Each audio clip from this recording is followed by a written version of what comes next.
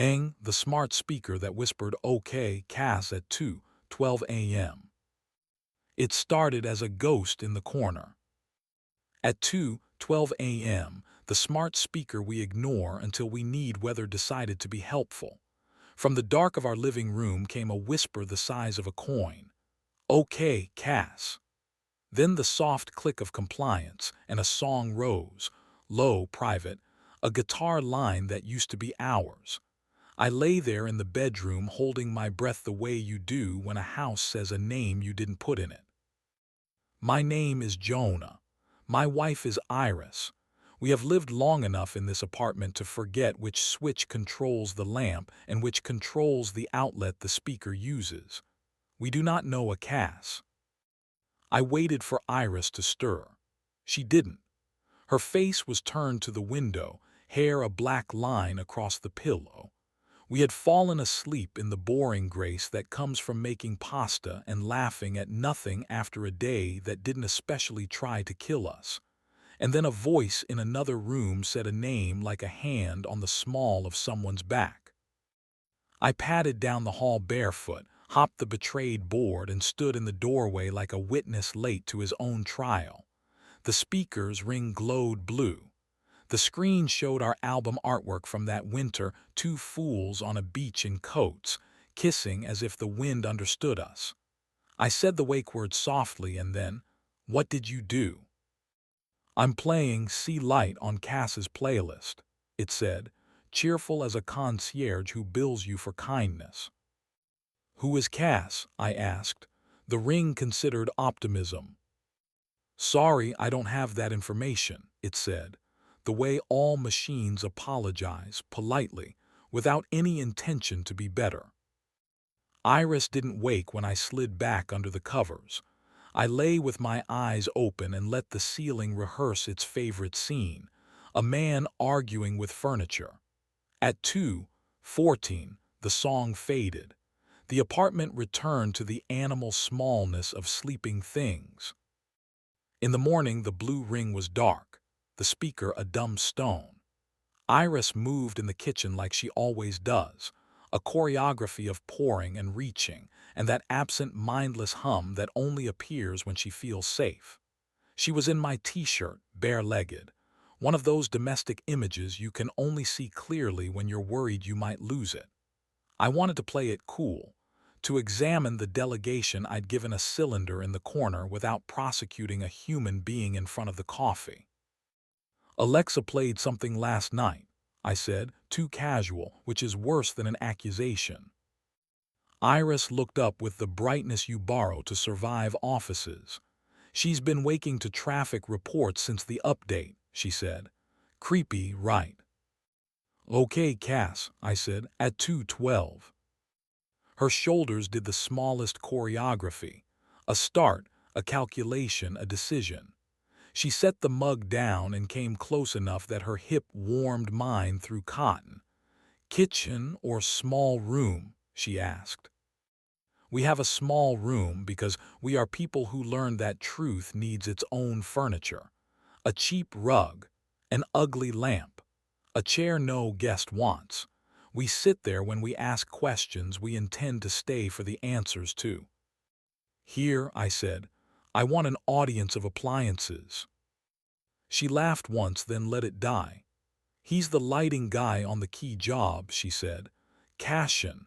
Everyone calls him Cass. 12 years ago, before I knew I liked mornings, he and I practiced.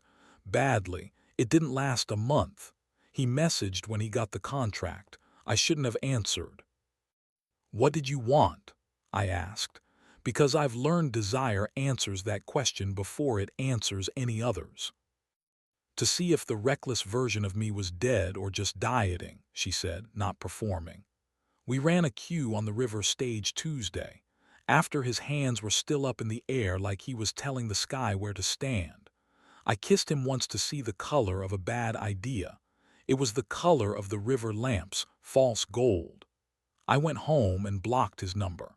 Yesterday I forgot to block it on everything, including that little liar in the corner. He must have made a profile the day I let him connect to show me how to voice dim the lobby lights. Cass, I'll take it off.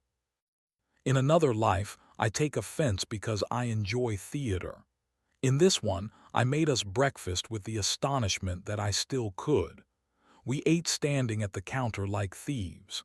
She touched my wrist, and I let the pulse mean we were not finished yet.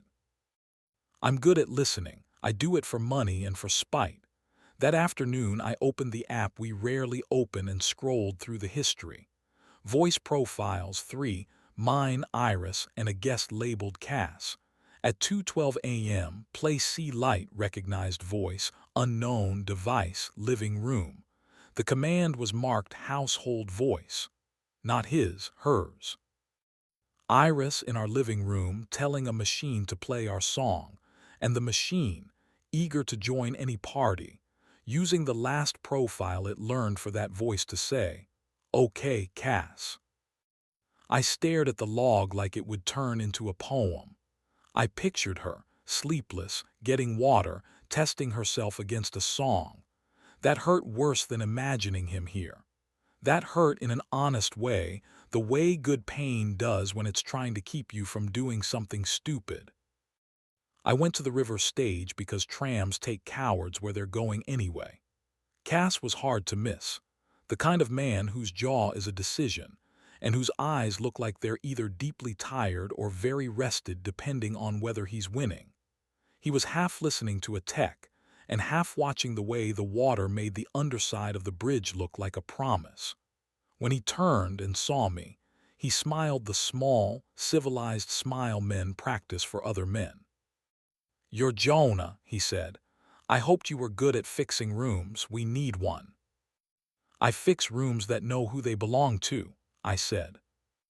"Good," he said, and gestured at the light rig that had been pretending to be a galaxy since Tuesday. "She's right about you," he added. "You look like you know where to stand." I could have said anything then. What I said was boring. "Remove your profile from our speaker."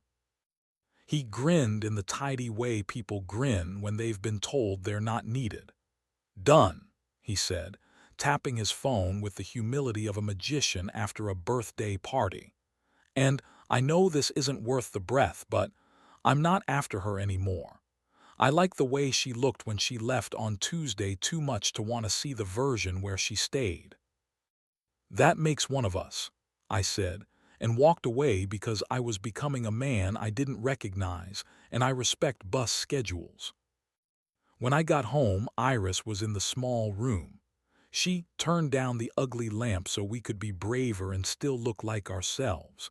She said, "Show me," and I showed her the app logs and not my chest. She said, "I know," and apologized like a scientist, not a supplicant. "Do you want to pretend this didn't happen?" I asked, "because we are old enough to choose which fictions we keep." "No," she said. "I want to make a new rule where if I'm going to test myself with a song, I do it with you in the room."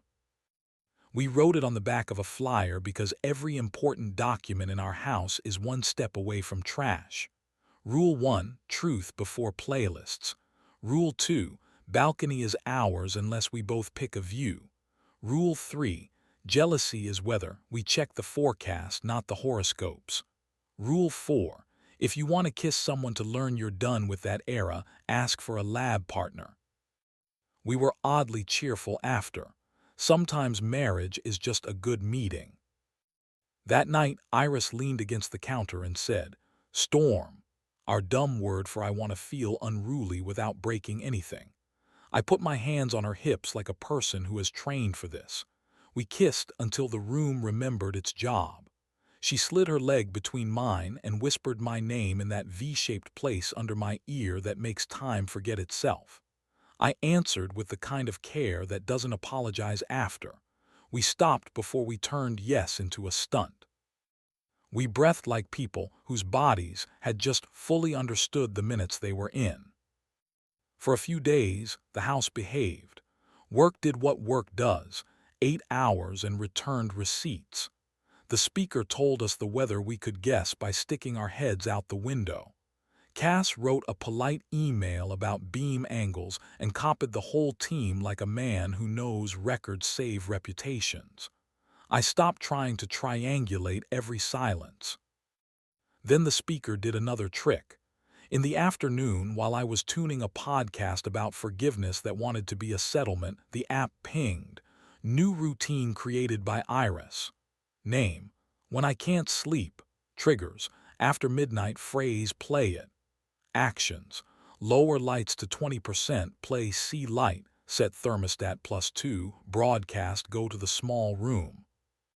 I laughed in the corner of the studio like a man who had paid for his happiness in advance. At 12:07 that night, Ira said quietly in the kitchen, "Play it." The lights softened. The speaker told the house to be kind. "Go to the small room," it said in that truly stupid voice that we were about to teach something useful. Iris walked in smiling and hit me with our dumb code, and I didn't mind the automation.